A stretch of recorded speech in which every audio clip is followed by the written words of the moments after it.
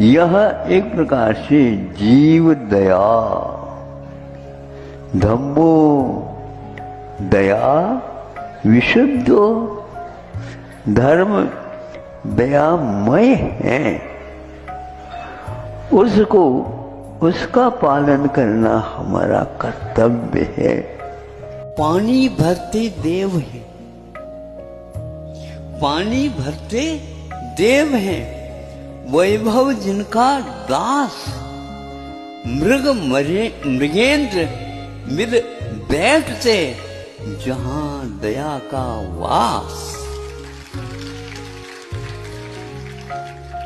हमारे निमित्त से प्रभु किसी को भी अशांति न पहुंचे और बनती कोशिश उसकी अशांति को कम करने में यह हमारा मनोवचन काय तत्पर रहे।